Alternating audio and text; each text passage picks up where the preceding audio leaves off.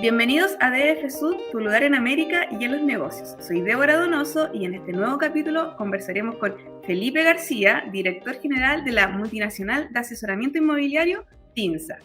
En esta ocasión hablaremos sobre el sector inmobiliario, cómo está esta gran participación de compañías constructoras en la región y su comportamiento, y así como también proyecciones para 2022. Felipe, un gusto tenerte en DF Sud. Hola Débora, buenos días. Un placer. Gracias.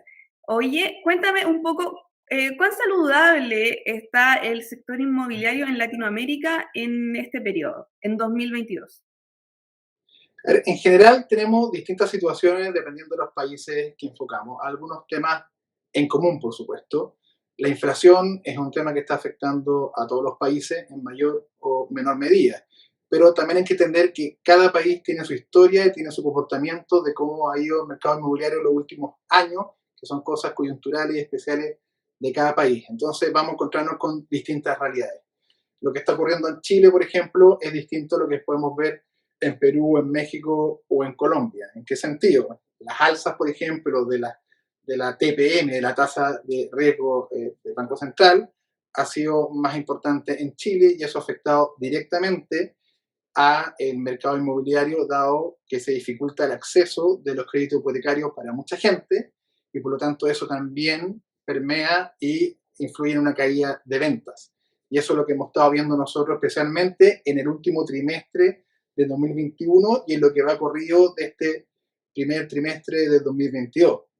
Nosotros en el cuarto trimestre de 2021 en la región metropolitana vimos una caída del 25% de las ventas comparado con el trimestre anterior, y si lo comparamos con el mismo trimestre pero del año 2020, vemos solamente un alza de un 5% en este cuarto trimestre, que en realidad, si lo comparamos, veníamos saliendo del peor momento de la pandemia, por lo tanto ahí uno puede ver que realmente ha impactado el acceso a los créditos, ha impactado fuertemente en las ventas. Preguntar en otros países, en Colombia, ¿cómo se ha visto afectado también el mercado inmobiliario? En Lima, en Ciudad de México, no sé.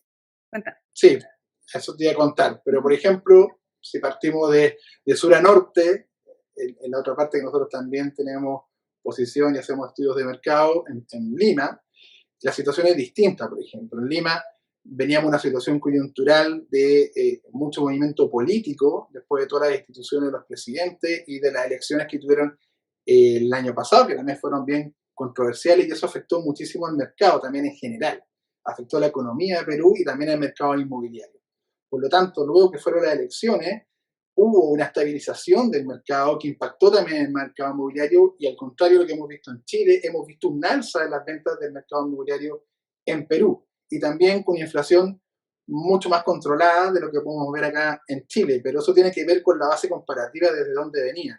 Ellos tuvieron antes de esto un periodo muy malo donde habían bajado muchísimo las ventas, pero ahora en el último tiempo nosotros hemos visto un alza en el último trimestre del 12% de las ventas, lo que responde también a la estabilización del país y que también ha afectado favorablemente al mercado inmobiliario de Lima. Lo mismo que podemos ver, por ejemplo, en Colombia, que si en el último levantamiento que hemos hecho nosotros de las ventas del mercado inmobiliario en Bogotá, vemos que va a haber un 34% más de ventas de 2021 versus el 2020.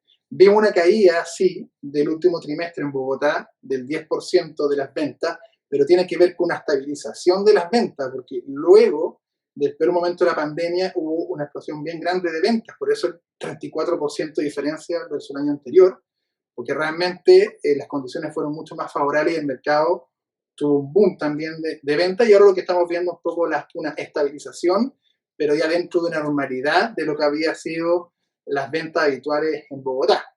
Cosa que, por ejemplo, si volvemos a Chile, no lo estamos viendo en Chile, que sí vemos una retracción, digamos, del mercado, por lo que ya hemos comentado.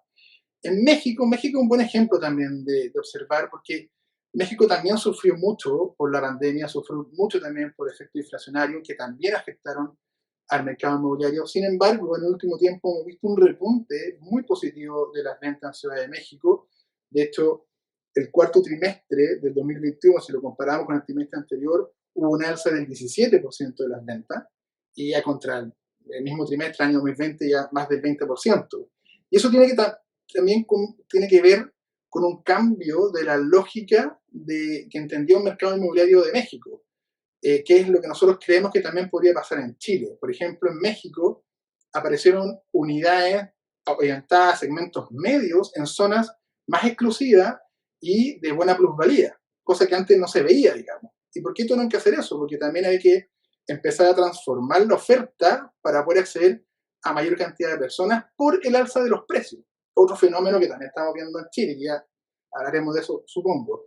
Entonces, ¿qué hicieron? Bueno, unidades más pequeñas que a un mismo valor de metro cuadrado, pero al ser más pequeña, el monto total baja y es más accesible para personas que buscaban buenas localizaciones, pero que anteriormente le era muy difícil de conseguir.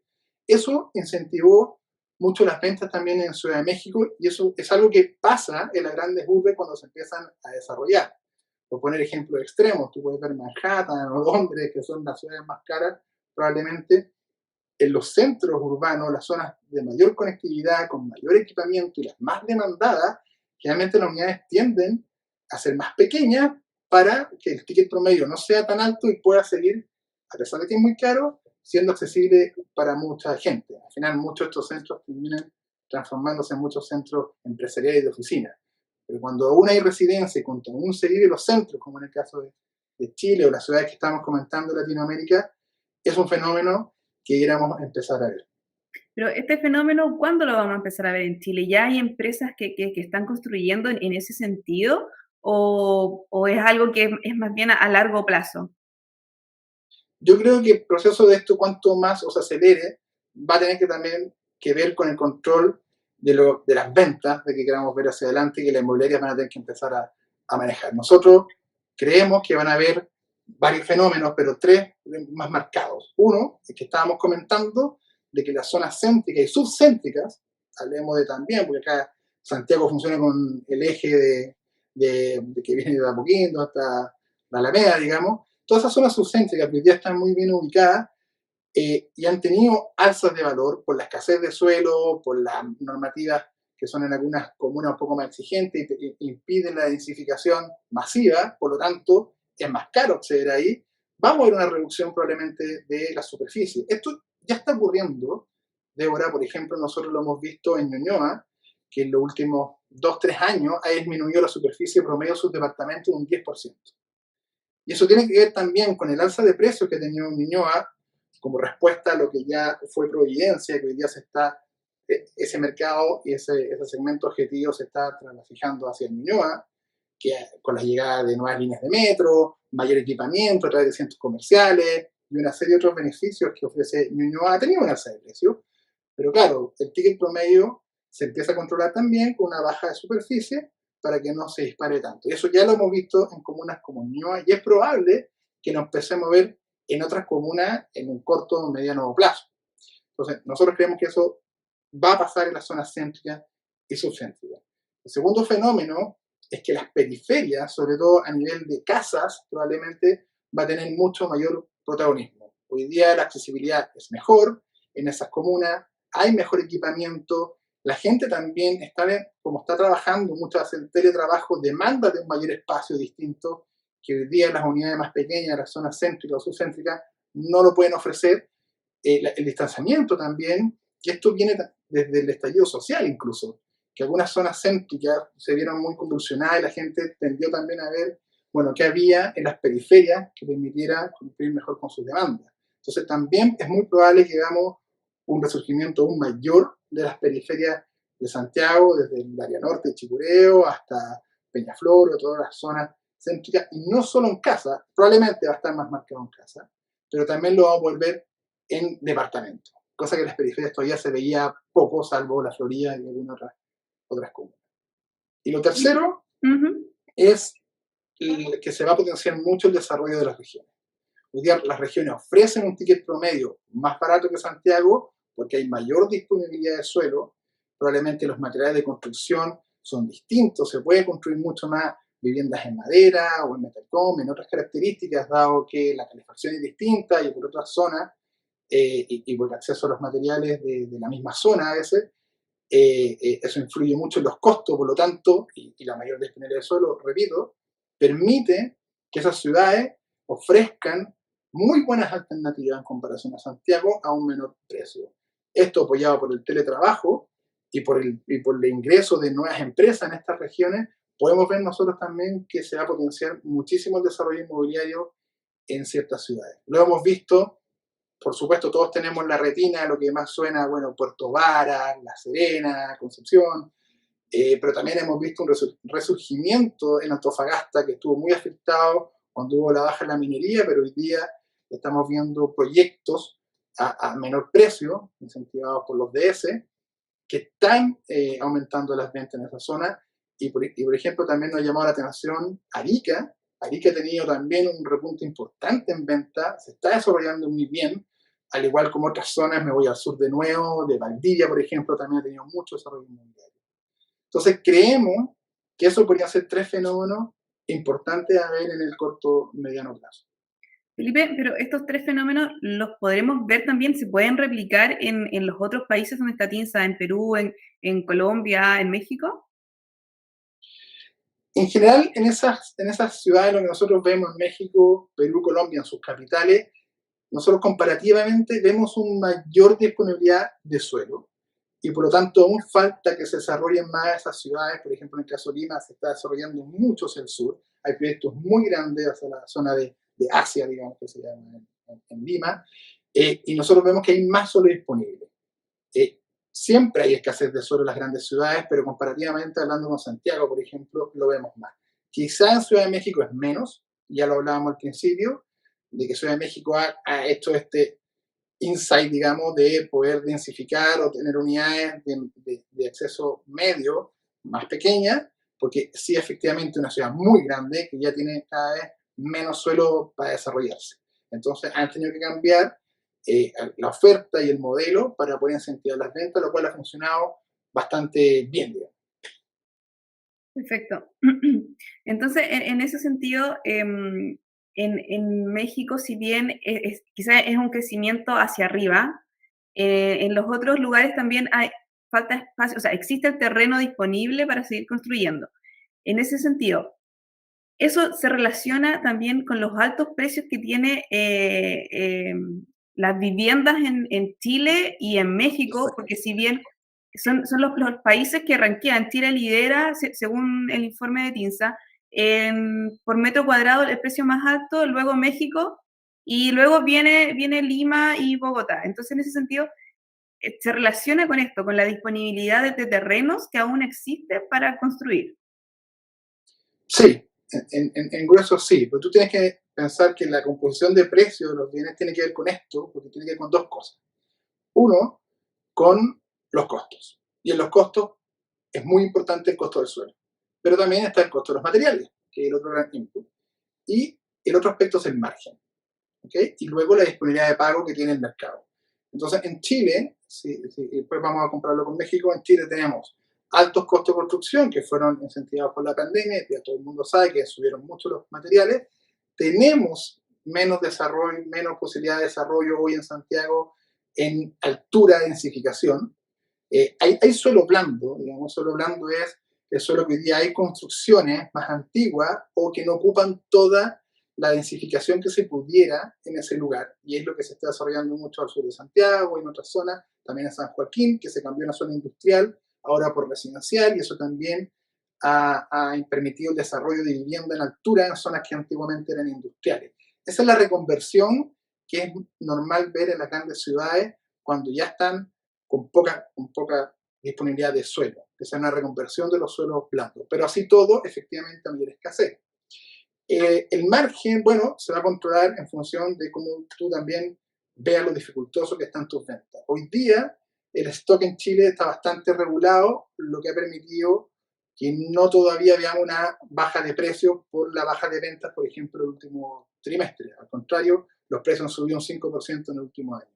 En Ciudad de México, el mismo fenómeno, los costos materiales han subido, La escasez de suelo también es real, porque es una ciudad muy grande que ha costado expandirse, pero la reconversión también, a similar a lo que te estaba comentando Santiago, ha ocurrido sobre todo en las zonas de mayor plusvalía con estas unidades de menor tamaño, y con eso han podido incentivar las ventas y controlar los precios.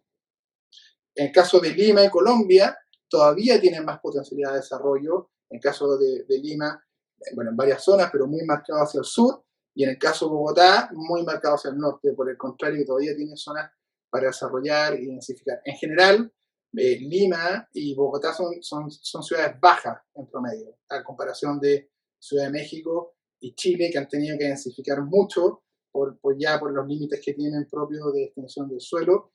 Y eso también, a tu pregunta, influyó mucho en que sean los precios más caros, porque hay mayor escasez, y también son países que económicamente el último año, con sus altos y bajos por supuesto, han tenido mayor éxito, digamos, y también eso permite que la gente esté dispuesta también a comprar más viviendas o a pagar un poco más por las viviendas, que si nos ponemos en extremo es como los mercados europeos, que son bastante más caros también por las posibilidades económicas de las personas, y eso también influye en el mercado inmobiliario.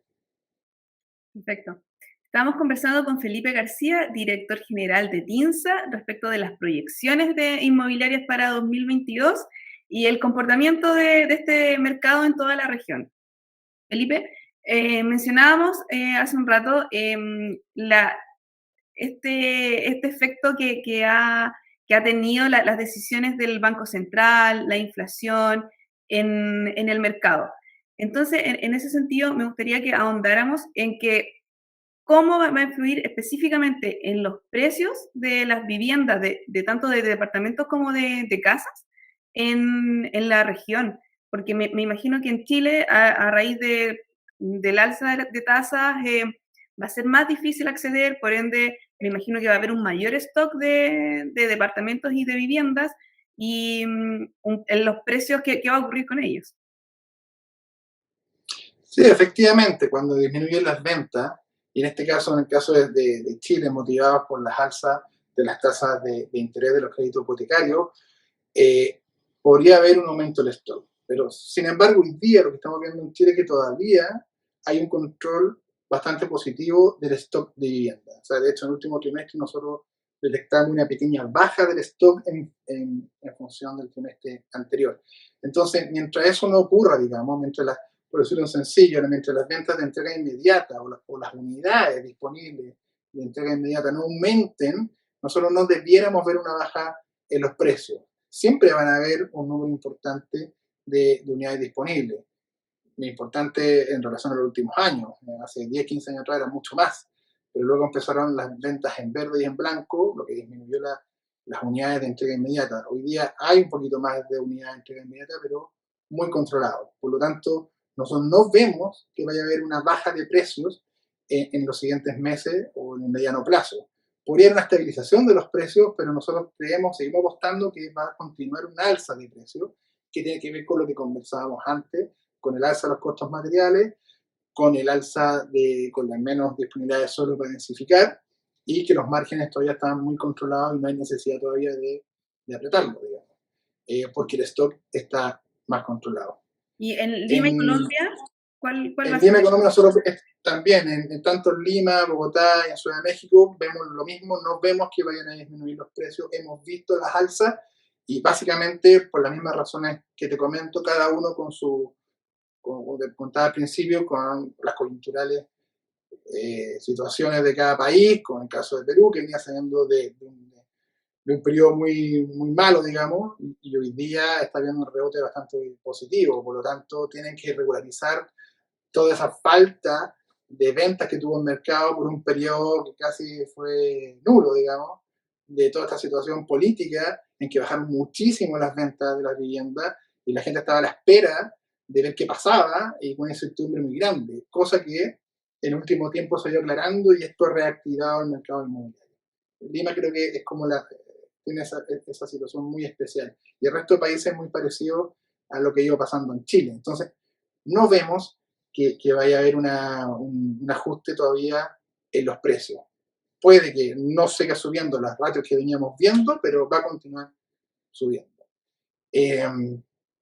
¿Qué vemos para este año? El 2021 fue muy positivo, veníamos en el caso de Santiago, de unas tasas muy bajas, y en general también en las otras ciudades también, porque para incentivar la economía, luego del peor periodo de la pandemia, las tasas de interés de los bancos centrales fueron muy bajas, casi los pisos técnicos, para dinamizar el mercado. Por lo tanto, eso impactó las tasas de crédito hipotecario y incentivó muchísimo la compra de viviendas, que eso lo vimos sobre todo en el primer semestre del año 2021.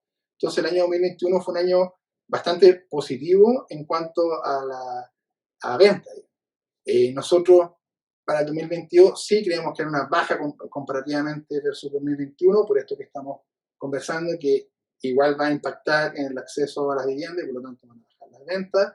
Creíamos que va a ser en torno al 15% menos de 2021, este 2022, máximo un 20% menos, esperamos que no sea más que eso.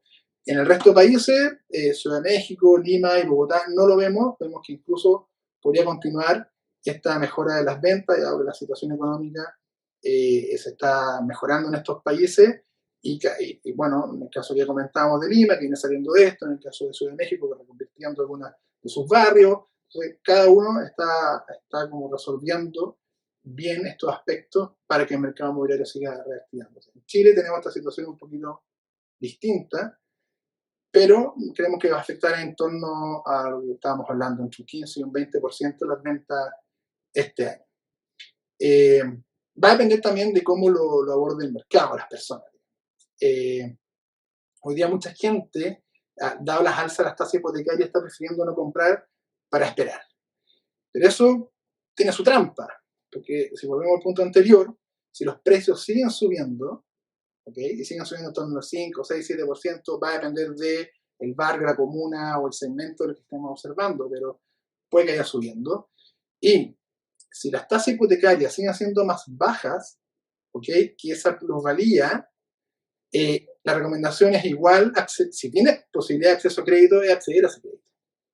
Porque en definitiva, al menos está anulando el factor precio. Es decir, la tasa de crédito hipotecario es más baja todavía de la plusvalía que va a tener el bien que yo voy a comprar. Por lo tanto, al menos logro anular el efecto precio, que es uno de los efectos importantes cuando uno compra una vivienda. Por el contrario, si yo espero a que bajen las tasas, que, entre paréntesis, no sabemos si van a bajar, ni cuándo, ni cuánto van a bajar, pero puede bajar un 1%, hoy día estemos en tasa del 4,5 y mañana estemos en 3,5 en 2 años más. Pero bueno, es muy probable que la propiedad de la que tú estabas interesado hoy va a subir más que ese 1,5% que te ahorraste en la tasa. Y por lo tanto, así todo no va a poder acceder a esa vivienda o va a tener que acceder a una vivienda de menor valor. Entonces, esto es un tema que es igual de sencillo y complejo de ver qué es lo que conviene más. Si comprar ahora con una tasa más alta, de un 1% más o 1,5% más de lo que tengo en mi cabeza, pero anulo el factor precio y junto plusvalía de 5, 6, 7% durante 2 años, que es mi ahorro versus a lo que yo pretendía tener de tasa, porque tampoco sabemos cuánto van a bajar las tasas, ni cuándo, ni en qué medida. Entonces, exacto, la recomendación en ese sentido yo creo que es, si tiene posibilidad de acceso a crédito, porque se ha endurecido, y además como las propiedades están más caras, exigen más ingresos y otras condiciones, si tiene la posibilidad, yo creo que es recomendable así todo, pedir los créditos hipotecarios ahora. Por lo demás, mucha gente compra en blanco o en verde, y recordemos que el crédito se libera una vez que se entrega el bien, y en ese momento es que se negocian las condiciones. Y, por ejemplo, hoy día un departamento lo pueden entregar en 1 o 2 años más. Y ahí recién tenemos que ver en 1 o 2 años más, cuando me toque pagar mi primera cuota, ahí yo recién voy a negociar con el banco la tasa. Y quizás en 1 o 2 años más las tasas sean distintas. Exacto. Felipe, mencionabas el tema de la reactivación económica. En ese sentido, ¿a qué debemos estar atentos en los próximos meses o quizá mitad de año? ¿Cuáles son los factores o los puntos centrales en los que debemos estar atentos en la región? Sin duda la inflación. La inflación es como el factor más importante que incide en las tasas de riesgo de todos los países y por lo tanto en las tasas de crédito hipotecario. Pero al final los bancos centrales, para controlar la inflación, lo que hacen es aumentar sus tasas para desincentivar el gasto y por el contrario incentivar el ahorro. si la inflación sigue aumentando o no se logra controlar, es muy probable que sigamos viendo estas tasas de política monetaria en los números que estamos viendo hoy, o incluso mayor, como se está conversando, y eso va a afectar directamente a la posibilidad de financiamiento de la compra de la vivienda. Yo creo que ese es el factor más importante. Hoy día, claro, estamos con un conflicto bélico en Europa, que es muy probable que afecte también, que tenga un efecto inflacionario por la alza del petróleo o por otros factores, digamos, derivados de este conflicto, y que sea también otro pelo en la sopa para poder seguir controlando la inflación, que ya el Banco Central viene el año pasado muy fuerte en ese control a través de una de las medidas que ha tomado ha sido el alza de la TPM. Yo creo que ese es el factor más importante. Esperemos que todas estas medidas políticas que se están tomando tengan efecto positivo, se logre controlar la inflación y en ese sentido logre mejorar la economía y logre reactivar el mercado inmobiliario, que ha sido uno de los más afectados. Perfecto. Entonces tenemos que estar atentos a la inflación, principalmente durante los próximos meses. Felipe, muchas gracias por estar con nosotros y entregarnos estas perspectivas, abrirnos un poco los ojos a qué estar atentos durante los próximos meses. Y a nuestros auditores los dejamos invitados a un nuevo capítulo de DF Sur. Yo le gracias, Débora, cuando quieran.